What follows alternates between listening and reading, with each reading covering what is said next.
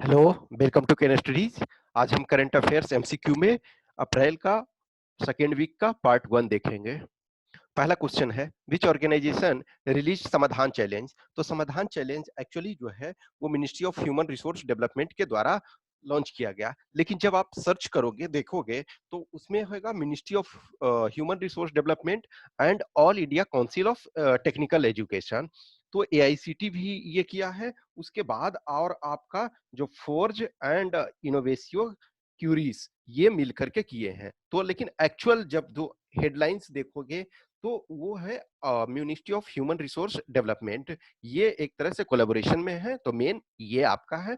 तो ये जो कोविड 19 है, कोविड 19 में जो चैलेंजेस पोज किए हैं, तो हमारे स्टूडेंट्स को ये ऑनलाइन एक प्लेटफॉर्म प्रोवाइड किया जा रहा है कि आप चैलेंजेस को एड्रेस करें, सॉल्यूशन प्रोवाइड करने का कोशिश करें, और ये अभी प्रेजेंट का जो सिनेरियो है उसके लिए और फ्यूचर चैलेंजेस के लिए। तो इसका आंसर बी हो जाएगा। Next, consider the following statements about Madhuban गाजर। तो देखो, मधुबन गाजर है कि is a biofortified carrot variety.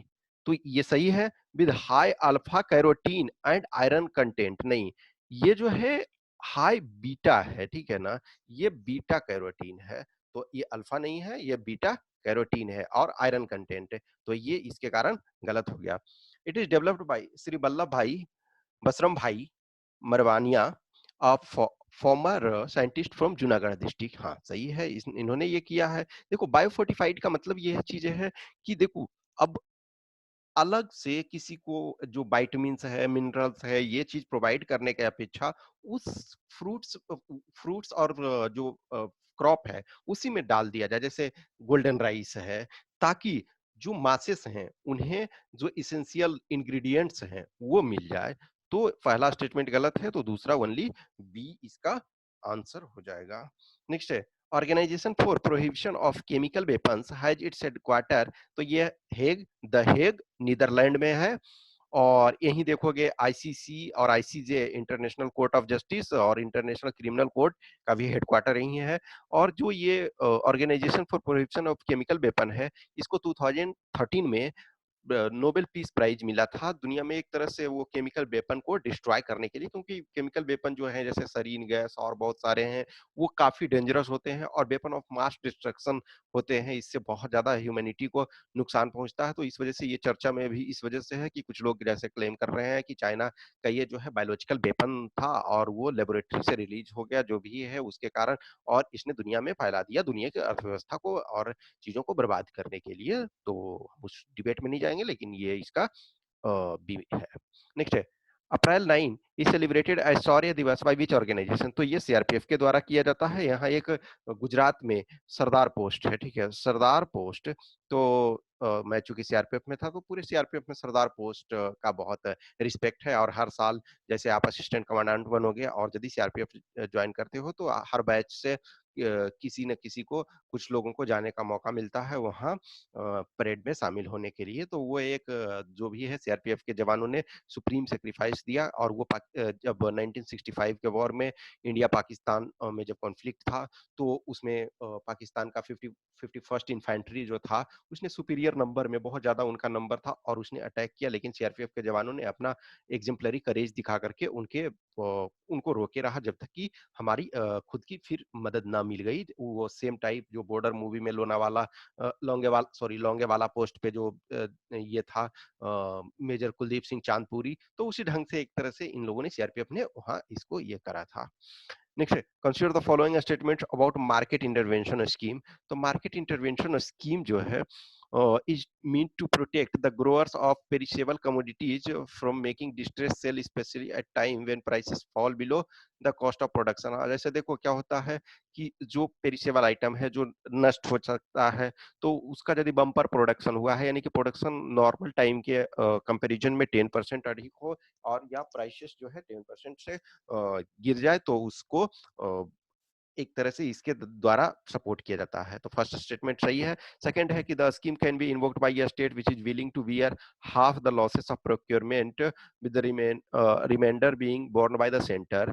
ठीक है, तो whenever there is 10% fall in ruling market price in comparison to the previous normal year. हाँ सही है। देखो, नॉर्मल स्टेट्स के लिए 50% है, 50% स्टेट बियर करेंगे, और जो नॉर्थ ईस्ट स्टेट वाले हैं यानी वाले हैं, और जो स्पेशल स्टेटस यानी कि जिनको मिला हुआ उनके लिए 25% स्टेट बियर करेंगे, 75% जो है वो सेंटर बियर करेगा। और सिंपल जो जो जो नॉर्मल सर्कमस्टांसेस, नॉर्मल जो स्टेट हैं, तो उनके लिए 50% स्टेट गवर्नमेंट बियर करेंगे और 50% central government.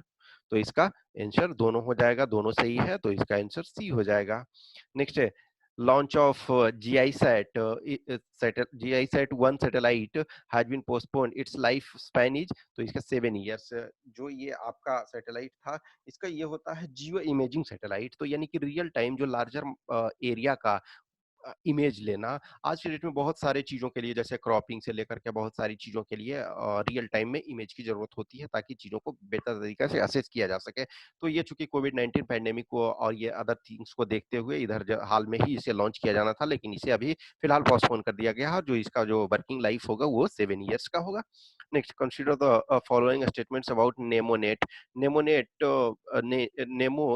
Is a video game in which players can identify and classify corals using 3D images while virtually navigating the ocean and build a coral map। हाँ सही है, ये फर्स्ट स्टेटमेंट सही है। और दूसरा है it is developed by ISRO, नहीं, ये जो है नासा के द्वारा ये डेवलप किया जा रहा है, नासा के द्वारा। तो इसमें आपका ओनली हो जाएगा स्टेटमेंट वन।